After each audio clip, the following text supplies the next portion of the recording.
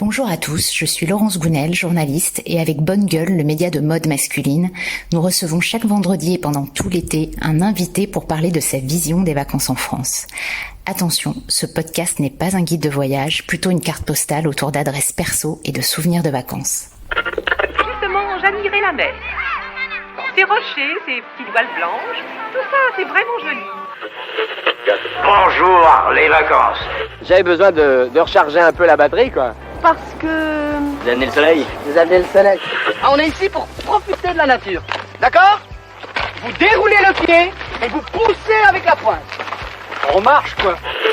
Ça fait du bien un peu de calme, non? Bonjour à tous, je suis ravie de recevoir aujourd'hui Benoît Vostenka, le cofondateur de Bonne Gueule, l'un de nos premiers auditeurs depuis le début de cette aventure. Bonjour Benoît. Bonjour Laurence. Alors en presque 15 ans, Bonne Gueule n'est pas seulement devenu le premier média de mode masculine, c'est aussi une marque à part entière qui privilégie une certaine éthique en valorisant les savoir-faire, une mode transparente et plus durable, des valeurs qui résonnent un peu plus encore dans le contexte actuel et qui font sens avec une prise de conscience aussi sur notre façon de consommer des loisirs et du voyage. Tu as par ailleurs grandi entre le Pays Basque et la Touraine, deux régions auxquelles tu restes très attaché aujourd'hui. Ça faisait pas mal de raisons de discuter grandes vacances. Allez, on est parti. Je vous laisse mon portable. Passez-moi un petit coup de fil en arrivant. Hein? Vous êtes mignons. Comment tu as réagi quand tu as compris qu'on allait rester en France cet été, toi ? Ah bah, très bien, parce que moi je fais pas partie des gens qui ont l'impression que s'ils ne sortent pas du pays, s'ils voyagent pas hors de France, qui ont l'impression de passer des vacances nulles. Donc moi j'ai absolument aucun égo à rester en France, à avoir des vacances en France. Donc ça m'a posé aucun souci en fait. Qu'est-ce qui te plaît dans les vacances en France ? Dans les vacances en France, je dirais que tout est plus simple et facile, tu vois, pour que ça soit pour louer une voiture, réserver un truc, tout le monde parle français. Je trouve que c'est plus reposant à organiser et plus reposant sur le coup. Il y a moins au niveau de la logistique, tout est plus facile. La charge mentale est exactement plus importante. La charge mentale est beaucoup moins importante. C'est plus facile de trouver les bons endroits d'un coin, les bons restaurants, etc. C'est vraiment, pour le coup, c'est des vraies vacances organisées, des vacances en France. C'est bien de l'assumer, ouais. Voilà. Exactement. Quel est ton meilleur souvenir de vacances ? Mais alors, l'an passé, j'avais eu des très belles vacances puisqu'on avait fait 3 endroits en un. Donc, j'avais fait une première semaine de vacances en Toscane avec des copains dans une montagne, pas dans une montagne, dans une maison, mais dans une maison sur une montagne avec une petite piscine. Après, on était allé une semaine à Anduze et après, j'avais fini au Pays Basque pendant une semaine. Donc, c'était 3 semaines rapprochées, 3 semaines collées. Itinérantes. Et ça me plaisait bien. J'aimais bien ce côté de ces vacances qui n'en finissaient jamais finalement. La redécouverte à chaque fois, ouais, c'est ça qui te plaisait ? Exactement, le fait de se dire c'est une semaine de vacances, mais c'est pas fini, il en reste encore 2 autres. Ouais. Et voilà. Avec un dépaysement à chaque fois. Exactement, avec l'impression de repartir de zéro, donc c'était vraiment très cool. Qu'est-ce que tu cherches toi dans les vacances ? En fait. Moi, je suis pas le genre de mec qui veut courir absolument partout. Qui se dit que s'il a pas visité tous les musées de la ville, il est passé à côté d'un truc. Donc, je recherche beaucoup plus les moments en groupe, vraiment la simplicité. Ouais, exactement. Le partage, le fait de se retrouver sans contrainte, alors qu'à Paris, il y a toujours un qui doit travailler le lendemain, il y en a un qui a telle contrainte. Le fait d'être tous ensemble, de rigoler, d'être dans des super endroits. J'aime bien ce côté, ces moments pour la vie. Tu privilégies le partage à la découverte, en fin de compte. Ouais, très très clairement, très très clairement. C'est quoi, c'est en réaction au rythme frénétique que tu peux avoir en année ? Ouais, à Paris, effectivement, on a... Le sentiment de passer à côté... À Paris, effectivement, on a tous des emplois du temps bien chargés. Parfois, on fait 2 soirées en lune, ça. Donc, j'aime bien, être simple, pas forcément prévoir quelque chose, mais être juste avec les gens que j'aime et profiter du moment présent. C'est l'éloge du ralenti, en fait. Tout à fait, ouais. C'est ça. De pouvoir. Qu'est-ce que c'est pour toi justement, parce que tu as l'air de partir en groupe. Ouais. C'est quoi des vacances réussies en groupe, le secret ? Alors moi, j'en ai 2 parce que j'organisais pas mal le week-end entre potes. La première chose, c'est qu'il y a une vision commune, on va dire, sur les vacances que l'on veut. C'est un peu comme une espèce de mini-entreprise. C'est-à-dire qu'il faut qu'il y en ait un qui soit désigné ou qui se désigne et vraiment qui prenne le leadership, quoi. Et il faut que tout le monde soit d'accord sur le type de vacances qu'on veut passer. Parce qu'entre quelqu'un qui veut passer des vacances très nature, un autre qui veut sortir tout le temps et ne faire que de la plage, et un autre qui veut au contraire des vacances assez culturelles, ça va pas fonctionner. Donc voilà, donc il faut quelque chose, il faut que tout le monde soit bien aligné sur ce qu'on veut. Et C'est une petite entreprise en fait, c'est très organisé votre truc. Ouais, enfin, et c'est vrai qu'il faut, c'est les bases quoi, savoir où est-ce qu'on veut aller, où est-ce qu'on va, le programme, et surtout accepter que même si on est en groupe, c'est totalement ok qu'on soit pas tout le temps ensemble, voilà, qu'un soir il y en ait 5 qui veulent aller à tel restaurant, qu'il y en ait 4 autres qui veulent aller autre part et qu'il y en ait 2 autres qui veulent faire se rester à l'appartement, se faire une pizza. Donc il faut accepter ça. Il faut la dynamique du groupe, elle va, elle vient, elle se modifie en fonction des humeurs et des énergies de chacun, et c'est pas un souci. Et si ça se passe bien, qu'est-ce qui te plaît dans cette dynamique de groupe justement? Ah, ben je trouve souvent, il nous arrive des petites aventures, il y a des souvenirs inoubliables, il y a des lieux, il y a des endroits, on rigole bien, on est vraiment parfaitement détendu, enfin. Il y a plus d'imprévus? Ouais, il y a plus d'imprévus, ouais. Des vacances intimistes? Ouais, en plus moi je suis avec des copains qui ont une capacité c'est un peu le genre de personnes où on commence à soirée avec eux, on n'a aucune idée de comment ça peut finir. Donc je suis un peu avec ce genre de personnes-là parce qu'ils sont très avenants, très sociables, et ça me plaît bien ce côté-là. Alors je le précise pour ceux qui nous écoutent, tu es encore jeune, t'as 32 ans. Oui. Est-ce que néanmoins tu sens que tu cherches autre chose dans les vacances maintenant? Est-ce que ta façon de voyager a évolué ou est en train d'évoluer? Ouais, très clairement. Avant ça, il y avait un côté sortie tous les soirs, donc il y avait un côté assez frénétique. Et finalement, c'était un peu crevant parce qu'on voulait profiter des soirs, des nuits et des journées. Donc il y a un moment où ça, ouais, c'est ça. Il y a un moment où ça coince un peu. Donc ça, voilà. Par exemple, l'an dernier, j'ai très très peu bu d'alcool pendant ces 3 semaines de vacances. Et ça m'a vraiment très bien allé. Volontairement? Quoi. Ouais, pour être à 9h le matin, être envie de profiter de tes hyper lucide, frais, être motivé et tout. Et franchement, c'est quelque chose que j'aimerais bien essayer de refaire cette année. Donc voilà, beaucoup plus un vrai repos et surtout une envie de choses un peu plus exceptionnelles, on va dire. C'est-à-dire que cette année, pour la première fois, j'ai cherché les restaurants étoilés près de notre lieu de vacances au Pays Basque. Un peu plus d'art de vivre. Voilà, chose que je ne faisais jamais avant. Tu vois, avant c'était hyper centre pour avoir tous les bars à pied, etc. Et là maintenant, ben voilà, je me dis tiens, on pourrait aller essayer de ce restaurant-là, voir s'il y a pas un menu du midi qui est assez abordable. Enfin, tu vois, et ça avant je faisais pas du tout. D'accord. Alors vous partez où cet été? Ben moi on part au Pays Basque. Avec on sera 7 normalement, on devrait partir, donc je suis encore retour aux sources. Voilà, retour aux sources.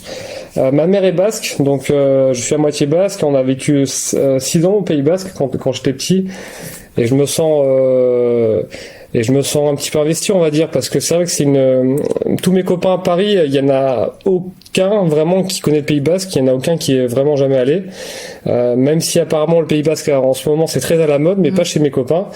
Et moi j'ai envie de leur faire découvrir ça parce que c'est une part de moi culturellement qui est vraiment importante. C'est une très belle région et j'ai envie de plus assumer cette identité-là en fait. Et donc je me sens un peu investi comme un... Qu'est-ce qui te plaît toi dans le Pays Basque? Ah ben c'est le Pays Basque, c'est déjà c'est une variété de paysages. Il y a la mer, la plage, les montagnes. Enfin on peut faire plein de choses. Au niveau de la gastronomie, vu qu'il y a les charcuteries, la viande, les poissons, il y a plein de choses. Il y a beaucoup de savoir-faire très différents sur plein de trucs. C'est une variété, c'est des paysages qui sont très beaux. J'aime beaucoup ces fameuses maisons blanches avec des poutres colorées. C'est hyper sympa, et le Pays Basque, il y a un côté très très simple, très à la cool, très à la base. Très authentique. Voilà. Authentique, c'est un mot que j'aime pas beaucoup utiliser. Ah oui? Mais je sais pas là pour le coup, je trouve qu'il est vraiment bien approprié. Parce que souvent c'est un mot un peu bullshit, on va dire, surtout dans le vêtement. Mais là, ça, il y a ce côté. Sauf que les gens sont restés très ancrés dans leur. Voilà, il y a ce côté très simple et sans chichi, on va dire, sans masque. Voilà. Alors, qu'est-ce que tu vas leur faire? Alors déjà leur faire découvrir donc les plages, et j'ai des copains qui comme moi aiment aussi les savoir-faire, donc j'aimerais bien essayer de leur faire découvrir aller à Mauléon voir les espadrilles. Justement, en plus, quand on y va, j'ai vu qu'il y avait la fête de l'espadrille à Mauléon. Ah. Donc j'aimerais bien essayer donc ça, c'est la capitale de l'espadrille, hein, Mauléon. Exactement. Voilà. Ensuite, j'ai des copains qui aiment beaucoup les spiritueux, et je sais qu'au Pays Basque, t'as deux distilleries de gin basque. Donc Sugar et voilà et Brana. Et j'aimerais bien leur faire découvrir, essayer de leur faire visiter les petites distilleries. Je reviens juste sur les espadrilles. Alors il y a pas mal de fabriques d'espadrilles maintenant à Mauléon. Est-ce qu'il y en a une en particulier qu'il faut là je demande aux spécialistes mode et basque de surcroît. Alors moi j'aime beaucoup Don Quichos parce que déjà ils ont des modèles assez marrants, assez variés, et surtout ils ont un modèle où le pied gauche est différencié du pied droit. Donc en termes de confort, voilà, normalement sur une espadrille c'est pas le cas. Et je trouve que ça rend l'espadrille beaucoup plus confortable. D'accord. Ils ont un savoir-faire particulier par rapport aux autres. Eh ben il se dit que ça serait les derniers à faire une certaine couture à la main. Donc voilà, ils ont un espèce de flagship à Ossès, qui est un village d'artisans où il y a les poteries Goyechea d'ailleurs qui sont très très belles, qu'on voit dans tous les lieux branchés à Paris d'ailleurs. C'est là où est le showroom. À côté il y a la distillerie Brana et il y a le flagship. Ou sinon on peut directement aller à Mauléon, visiter l'usine. Et d'ailleurs la route pour aller à Mauléon elle est vraiment splendide, hein, donc je le conseille à tout le monde. D'accord. Mais c'est une déformation professionnelle ça, de toujours aller voir les savoir-faire quand t'es en région. Tout à fait. Moi dès que je pars quelque part, en vacances, je peux pas empêcher de voir quels sont les savoir-faire artisanaux locaux, les objets faits à la main, les créateurs du coin. D'où ça vient cette passion pour aller voir les savoir-faire? Vu que moi j'ai un métier où je suis très orienté toujours dans le produit, dans trouver des marques, des petits savoir-faire et tout, on va dire que c'est quelque chose qui est très ancré en moi, que j'aime beaucoup. Donc et en vacances je peux pas empêcher de le faire. Et d'ailleurs quand je vais dans une nouvelle ville que je connais pas, une capitale, je regarde souvent où sont les meilleures boutiques de mode parce que souvent elles sont situées dans les meilleurs quartiers et très facilement ça me permet de trouver trouver les bons coins à visiter. D'accord. Alors du coup du jean, des espadrilles, qu'est-ce qu'on va chercher d'autre? J'aimerais bien leur montrer de la force basque. Parce que j'ai des copains qui font un petit peu de musculation. Donc, alors la force basque, c'est vraiment des activités qui sont inspirées, pour ceux qui ne connaissent pas, qui sont inspirées des travaux agricoles, en fait, des fermes basques à l'époque. Tout à fait. Voilà, je crois qu'il reste 8 activités, je crois, course de sacs. Il y a les sacs, il y a le lever de pierre, le lever de charrette, je crois. Il y a le concours de lancer de bottes de foin, de paille. Je crois qu'il y a ça. Il y a le concours, ils doivent abattre un arbre le plus vite possible. Exactement. Aussi. Le bûcheron, les bûcherons. Ouais. Donc c'est le côté très basque, très pragmatique, on va dire. Ouais. Et il y a un festival qui est très connu d'ailleurs, je crois, la mi-août, qui est à Saint-Palais. Ouais, tout à fait. Ouais. À Saint-Palais. Voilà. D'accord. Là, je vais leur faire découvrir ça. Voilà, peut-être à Saint-Palais. Ça, c'est vraiment basque pour le coup. Ouais, pourquoi pas un petit peu de danse basque aussi, parce que c'est, même si moi j'ai toujours l'impression que les spectacles durent un peu trop longtemps, mais c'est vrai que pour eux qui l'ont jamais vu, ça peut être très très cool. D'accord. Et puis tout le Pays Basque un peu plus, on va dire un peu plus branché, que je connais pas très bien, parce qu'on a quitté le Pays Basque et j'avais même pas 10 ans. Tu m'avais parlé d'un cuir de truite, ça me revient. Tout à fait, ouais, effectivement. Et ça, c'est pas mal de le signaler parce que à Banca, à Banca, il y a pas mal d'élevage de truites. Et c'est la Rolls de la truite qu'on retrouve, qui fait 4-5 kilos, qu'on retrouve sur les tables gastronomiques à Paris. Tout à fait. Et du coup... Il y a un maître truiticulteur, apparemment ça existe. Et voilà, donc ils cherchent à valoriser un peu la peau des truites. Et je sais qu'il y a un artisan là-bas qui fait de la petite maroquinerie. En fait, c'est lui. C'est dans sa famille et en fait, elle est très réputée, cette peau, pour être résistante. Exactement. Très belle, très... Et j'ai envie de l'avoir de mes yeux. Et en plus, ma mère m'a dit, mais c'est trop beau, en plus, Banca, tu vas voir, c'est très joli, ça va vous plaire. C'est un petit village des Aldudes. Voilà, tout à fait. Donc, on va essayer d'organiser une petite demi-journée où on mange là-bas. Je suis sûr qu'on va trouver un très bon restaurant avec de la très bonne truite. et puis ensuite, on va essayer de trouver ce petit artisan et voir... De mes propres yeux, cette petite maroquinerie en peau de truite. D'accord. Bon, l'authenticité, on y est là. Voilà. Donc, ok. Tu leur fais faire ça. Qu'est-ce qu'il y a de plus branché, tu me disais? Ouais. Alors moi j'ai une relation particulière avec le Pays Basque parce que je l'ai quitté quand j'avais moins de 10 ans. Ouais. Et j'y suis pas retourné avant quasiment 20 ans parce que du coup mes parents maintenant habitent de nouveau là-bas. Et c'est vrai que je n'ai pas grandi en tant qu'ado, en tant qu'étudiant au Pays Basque. Donc j'ai l'impression que je dois le redécouvrir au niveau des adresses un peu sympas et tout. Donc et ça m'amuse beaucoup, ce côté aller voir toutes ces petites adresses un peu planquées. Ta région. Exactement. Avec un Pays Basque un peu plus adulte, on va dire. Et ça j'ai vraiment hyper envie de Alors, faire. t'as des targets déjà? J'aimerais bien faire Element à Biarritz, qui est un restaurant super bistrot. Ouais, qui est assez connu apparemment. Gastronomie, ouais. Voilà, il y a un restaurant aussi où habitent mes parents, donc à Saint-Pé-sur-Nivelle, qui s'appelle Zouzouléa. D'accord. Alors ça c'est vraiment ça c'est la carte postale, hein. Ouais, tout à fait. C'est au bord de la Nivelle d'ailleurs, je crois. Tout à fait. Une petite maison typique Tout à fait. avec des spécialités. Voilà, moi j'aime beaucoup le hachois, qui est une espèce de ragoût de bœuf. Il y en a qui le font aussi au porc, mais il y a aussi, voilà, il y a deux écoles entre ceux qui le font avec du riz ou des pommes de terre. Mais bon, ça, c'est des querelles. De clocher. Voilà. Donc, mais ouais, là, le hachois est super bon. J'aimerais beaucoup faire une cidrerie aussi. Parce que, effectivement, le cidre basque est assez particulier, on va dire. Il est très amer. Et il se boit quand il sort du tonneau quasiment cul sec, en fait. Ouais, c'est vraiment un cidre de bonhomme, hein. C'est très rustique, très, voilà. Un peu acide, pas sucré du tout. Voilà, il est un peu voilà, il est un peu râpeux, il est un peu déstabilisant. Mais j'ai envie de leur faire découvrir ça parce que c'est assez sympa. On mange une petite côte de bœuf avec, on est bien. Je crois qu'il y a deux cidreries, hein, dans le Pays Basque. Alors, il y en a une à Asquin, je ne me rappelle plus du nom. Il y a celle à Asquin et il y en a une qui est très connue aussi. Qui est vers Bayonne, qui est à Bayonne. Ouais. Pia, je crois. Tout à fait. Et il y en a une qui est aussi, il y en a pas mal sur une ville dans le Pays Basque espagnol qui s'appelle Astigarraga. D'accord. Ou alors là, c'est là où vraiment il y a toutes les petites cidreries basques, mais c'est du côté du Pays Basque espagnol. Notamment, il y a un restaurant qui est très connu qui s'appelle Ibail Lourd. D'accord. Qui sert voilà ce côté ce menu des cidreries hyper authentiques. Ah, c'est intéressant. Donc c'est genre avec un accord. Voilà, exactement. Tout avec un accord exactement en cidre, mais le Pays Basque espagnol, je connais pas très bien en plus, donc ça me ferait une bonne occasion là. Tu préfères le Pays Basque français ou... Ouais, moi français. Quelle est la différence un peu? Je trouve le Pays Basque français, il est plus basque en fait. Il fait moins le Pays Basque espagnol fait très espagnol. D'accord. Le Pays Basque français, il fait vraiment basque. D'accord. Donc plus authentique, plus typique. Ouais, un peu plus marqué. Ouais, pour moi c'est vraiment les maisons blanches avec les poutres voilà, donc et puis bon, il y a plein de villages super sympas qui sont très très beaux. D'accord. Un secret bien gardé, tiens, du Pays Basque. Je sais pas, quelque chose que tu as envie de partager. Les touristes ne connaissent pas. Ah ben alors moi en plage, j'aime beaucoup aller à la plage de la Milady. Ah bah voilà, la plage des Biarros. Ouais, mais exactement, c'est celle où je trouve que c'est le plus facile de se garer. Il y a un rocher en forme de dromadaire en plus, et pour l'anecdote, quand j'étais petit, j'étais monté sur la tête du dromadaire et j'avais plongé depuis là dans la mer. Voilà, et puis les vagues sont sympas pour ceux qui aiment faire Donc elle est coincée en fait entre la côte des Basques, c'est ça, et et la grande plage. Tout à fait. Voilà, exactement.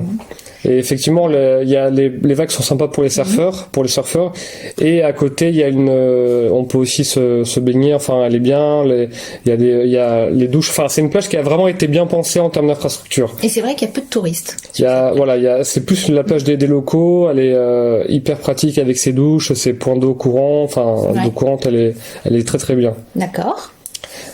Puis sinon, il y a une adresse que j'aimerais bien tester qui s'appelle Arantzaléac de Eric Hospital, que j'ai rencontré un peu par hasard dans le train, qui est un peu la superstar de la charcuterie basque. La star de la charcuterie, ouais. Voilà. Et c'est vrai que j'aimerais bien tester sa petite adresse parce que je vois que sur Instagram, il est toujours. Alors, c'est une auberge de poissons, hein, en l'occurrence. Hein, qui est pas de. Enfin, ils sont très très spécialisés, enfin très très reconnus pour leurs poissons grillés. Tout à fait. Mais c'est vraiment hyper local. Voilà. Et j'aimerais bien essayer. Et raconte-nous ça un peu parce que c'est marrant. Eric Hospital, tu l'as rencontré dans le train parce que c'est une figure du Pays Basque, hein, pour le Tout à fait. En fait, j'allais à Bordeaux et je m'assois à côté de quelqu'un. Il me dit mais je te reconnais, toi, t'as pas un blog? Et je dis si. Et en fait, énorme. Voilà, donc je commence à parler avec lui. Il me dit je suis basque. Je dis mais moi aussi. Et là, petit à petit, j'apprends, il me dit oui, j'écris des livres sur la charcuterie basque et tout, enfin sur le. Et vraiment, il sert les plus belles adresses à Paris. Exactement. Et ça, je l'ai découvert au fil de la conversation des choses. Il a un savoir-faire. Hein. Tout à fait. Et c'est quelqu'un qui adore le vêtement aussi. Donc on s'est bien entendu. Trouvé des points communs. Voilà, et il m'a dit la prochaine fois que tu es en Pays Basque, fais-moi signe et tout. Donc Eric, si tu m'écoutes, je prends rendez-vous. Je sais qu'il y a quelqu'un de la mode qui est un bon ambassadeur du Pays Basque, que t'aimes beaucoup. Ouais. Tu peux pas en parler? Si, c'est Joaquin, fondateur de la marque Aizea. Et pour moi, c'est bien parce qu'il représente très bien ce que c'est que le Pays Basque actuellement. C'est-à-dire que c'est un jeune entrepreneur, enfin un jeune, il est un peu plus âgé que moi, mais voilà, c'est quelqu'un de très chaleureux, qui a beaucoup de goût, qui utilise du cuir basque, avec une tannerie située à Espelette. Il fait que de la maroquinerie, de la petite maroquinerie. Il fait un peu de chaussures aussi. Il fait des espadrilles, il fait un peu de sneakers, voilà, avec des cuirs très haut de gamme. Et on le trouve sur place? Sur place, je sais pas s'il a un point de vente, mais pour les Parisiens qui veulent avoir un aperçu, la boutique est rue Vivienne. D'accord. Et voilà, et j'espère vraiment le Joaquin, la marque s'appelle Aizea, et j'espère vraiment parce que lui là, il vient aussi passer ses vacances au Pays Basque, et j'espère vraiment le voir là-bas, parce que lui c'est vraiment le genre de mec qui connaît vraiment toutes les petites adresses hyper planquées, et puis il est hyper avenant, il adore faire la fête, donc c'est... Et est-ce que tu as une balade alors à nous conseiller? Je sors un peu des adresses. Ouais, alors moi j'aime bien, c'est un peu classique, mais j'aime bien faire la Rune, qui est un peu cette petite montagne emblématique du Pays Basque, qui fait 900 mètres. Tout le monde l'a fait en train, mais moi j'aime bien la faire à pied. Il y a un petit train à crémaillère, ouais. Voilà, tout à fait. Il y a un train à crémaillère, mais c'est un peu une montée sans gloire, on va dire, sans triomphe. Alors à pied, à pied, il y a un sens du dépassement. C'est accessible à tous? Un peu. C'est sûr que si on fait, il faut avoir un tout petit peu de condition physique. D'accord. Et il faut monter combien de temps? La montée dure 1 heure. Moi, je l'ai fait l'an dernier, je l'ai fait 1h30, 1h40. Mais c'est sans trop forcer. Hein. D'accord. Il faut pas hésiter à aller à son rythme, c'est ok de faire ça en 2 heures ou en 2h30, il y a aucun problème. Et la récompense? La récompense, c'est que en haut, il y a un point de vue qui est unique, qui surplombe tout le Pays Basque. C'est un 360 sur la chaîne des Pyrénées. Tout à fait. Les côtes espagnoles et basques, c'est magnifique. C'est magnifique. Je crois qu'il y a 3 ou 4 benta. Une benta, c'est un espèce de restaurant basque. Là-haut, et le plat, enfin moi en tout cas mes parents quand je faisais la Rune avec eux, ils prenaient toujours un sandwich à l'omelette, je sais pas pourquoi. Les sandwichs à l'omelette et au piquillo. Exactement. Ouais. Donc je sais pas pourquoi mais bon là-bas c'est un sandwich à l'omelette qui est un truc qui te remet bien d'aplomb pour redescendre. Oui, j'imagine. En termes de sport pour les sportifs, qu'est-ce qu'on fait au Pays Basque? Il y a évidemment tout ce qui est surf. Forcément, bodyboard aussi, parce que moi je fais pas de surf, je préfère le bodyboard. Tout ce qui est un peu randonnée. Alors là, la meilleure plage pour le surf. La meilleure plage, je dirais que c'est la Milady ou la Côte des Basques. Ouais, j'entends toujours parler de la Côte des Basques. Ouais, la Côte des Basques, elle est très connue, mais je trouve qu'au niveau infrastructure, tu vois, il y a pas de douche, il y a pas ou je crois qu'il y en a qu'une. Enfin, c'est vraiment. Alors je trouve la Milady, c'est beaucoup mieux. La Côte des Basques, le problème, c'est quand c'est marée haute, il y a plus de plage, donc c'est un peu gênant. Et alors que la Milady, il y a toujours de la plage, les vagues sont très sympas aussi, donc pour moi ça reste la Milady. Puis il y a aussi tout ce qui est un peu randonnée. Alors randonnée, le problème c'est que j'en ai fait plein quand j'étais petit.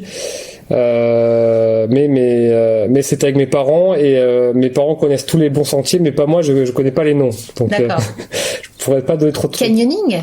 Une rivière qui tout à fait, ouais. Canyoning, crafting également. Sur la Nive, je crois, et c'est autour d'un village qui s'appelle Bidaret. Ouais, Bidaret. Là, je crois que c'est le spot canyoning pour tous ceux qui veulent. Tout à fait. Je crois que pour ceux qui aiment les sports un peu plus mécaniques, il y a des petites promenades en quad aussi, il me semble. Ouais. Donc il y a plein de choses à faire au Pays Basque. Justement, est-ce que si tu devais me décrire un paysage qui te touche au Pays Basque? C'est à Saint-Pé-sur-Nivelle où habitent mes parents. Il y a tout petit peu excentré du centre-ville, du mini centre-ville, il y a un pont de pierre qui surplombe un petit cours d'eau, et c'est vrai que pour moi c'est vraiment magnifique quoi, parce qu'on voit la Rune, on voit des petits champs, c'est très vert, ça représente très bien le Pays Basque. D'accord. C'est très apaisant de voir ce pont tout en pierre minérale, toute cette verdure, toute cette Rune, de voir des animaux dans les champs, et c'est vraiment mignon. Un plat qui a le goût des vacances. C'est le hachois, forcément. Forcément, parce que c'est très compliqué d'en trouver du bon hors du Pays Basque. Clairement, je pense qu'on n'en mange qu'au Pays Basque. Alors, tes 5 points cardinaux, c'est un petit rituel de ce podcast. Ouais. Le vestiaire idéal. Alors, le vestiaire idéal, pour moi, c'est le côté, vu qu'au Pays Basque, il fait pas forcément très chaud tout le temps, et qu'en plus, il y a ce côté authentique, pour moi, c'est la chemise en jean. Et le pantalon blanc parce que voilà, au Pays Basque on porte des pantalons blancs et forcément les espadrilles. D'accord. Donc espadrille, pantalon blanc, chemise en jean, pour moi c'est le look que j'ai envie de faire au Pays Basque. Ou les sneakers de Joachim. Ou les sneakers de Joachim, tout à fait, en cuir basque, effectivement. D'accord. Meilleur compagnon de voyage. Un couteau parce que déjà au Pays Basque il y a une petite tradition coutelière et c'est vrai que moi pour couper un bon fromage ou une petite charcuterie basque je supporte pas d'avoir un couteau qui coupe pas, c'est vraiment un truc qui m'énerve, donc avoir un bon couteau pour couper un fromage de brebis. Alors, c'est quoi ton couteau? C'est Je crois un... que tu nous l'as apporté. Ouais, c'est un Chris Reeve, donc c'est une marque américaine, c'est assez haut de gamme et en fait le manche est en titane. C'est le fameux Sebenza, je crois que c'est Tout à fait, c'est leur produit phare. modèle phare. Ouais. Donc le manche est en titane, c'est un titane spécial. La lame c'est un très bel acier aussi qui dure bien. Et puis surtout l'usinage est absolument parfait quoi. Il y a pas de jeu, enfin c'est vraiment un savoir-faire absolument parfait quoi. Et sachant que c'est un couteau qui est garanti à vie, si la lame elle est vraiment trop usée, ils peuvent te la changer. Enfin c'est un achat pour la vie. Et partout où tu pars, t'as toujours ton petit couteau? Quand je pars en train ou en voiture, ouais, maintenant je l'amène tout le temps, ouais. Parce que encore une fois, quand on loue des trucs, des Airbnb, il y a toujours des couteaux qui coupent pas et c'est vraiment C'est bien accessoire d'homme. Ouais, voilà, j'aime bien avoir un couteau qui coupe bien. Les livres et la bande son que tu vas glisser dans ta valise. La bande son, pour moi, il y a un son que j'aime beaucoup en vacances, c'est ce que fait The Blaze, un groupe d'électro avec notamment un morceau que j'aime beaucoup qui s'appelle Somewhere, il y a un souffle un petit peu épique qui donne vraiment envie de prendre sa voiture et de partir. Et pour le livre, c'est un qui s'appelle Mémoire de mode de Didier Grumbach. C'est un des c'est un des pionniers de la mode. C'est un peu lui qui a participé à tous les grands changements que la mode a pu connaître ces dernières années, l'éclosion du prêt-à-porter, l'émergence de grandes griffes, etc. Donc, tes lectures tournent souvent autour de la mode? Je lis pas beaucoup de fiction en fait. Donc soit c'est autour de l'entrepreneuriat ou soit c'est sur de la mode. D'accord. Mais je lis pas. Je suis pas très roman. D'accord. Tes vacances ont-elles une odeur Ah non, j'ai oublié un spot qu'il te reste à découvrir en France. La Corse. Tu n'y es jamais allé? Je suis jamais allé en Corse. D'accord. Voilà. Et je sais qu'entre les Basques et la Corse, apparemment, c'est assez proche sur certains points. Donc je suis très curieux de voir ça. Caractère bien marqué. Voilà, exactement. Tes vacances ont-elles une odeur particulière? Pour les odeurs, je dirais l'eau de mer en fin de journée. Pourquoi? Parce que je trouve qu'au bord d'une plage, alors en fin de journée, la plage a bien chauffé et l'eau s'est un peu évaporée. Enfin, il y a une odeur d'eau salée qui me plaît beaucoup. Parce qu'en plus, moi, j'aime beaucoup les couchers de soleil. Parce que j'ai l'impression qu'une journée se termine mais qu'une autre commence. Et donc là, j'aime bien cette odeur. L'air se charge d'humidité le soir. L'air se charge d'humidité et cette odeur un peu iodée, moi, elle me plaît beaucoup. Merci Benoît pour ce partage. Si vous avez aimé cet épisode, n'oubliez pas de nous récompenser de quelques étoiles. On retrouve toutes tes adresses sur le site bonnegueule.fr. J'ai ajouté les miennes. Bonnes vacances. Merci, bonnes vacances à toi aussi. Madame, monsieur, c'est l'été. Devinez quelle sera la couleur du ciel pour notre week-end. Le ciel a le sang chaud. Du nord-est à la Franche-Comté, au nord des Alpes, au Massif central et aux Pyrénées. De belles journées, enfin. Je vous souhaite de passer une excellente soirée. Bonsoir.